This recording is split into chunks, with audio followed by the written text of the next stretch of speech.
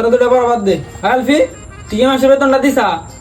এই মাসের বেতন তোর আজকে হলো লাস্ট ডেট। জি স্যার, বিকাশে বেতনটাও পাঠিয়ে দিছি, আবার পরের মাসেরটাও পাঠিয়ে দিছি। গুড। অখিল, তুই কি এই মাসের বেতনটা দিয়েছিস?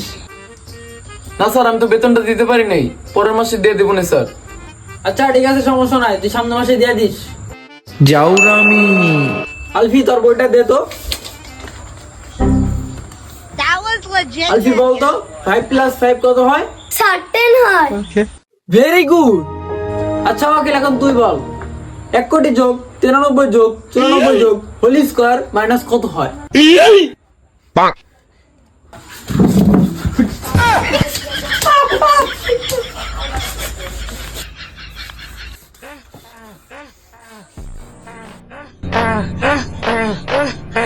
এখন তুই বল তো আলফি, বাংলাদেশের জাতীয় পশুর নাম কি?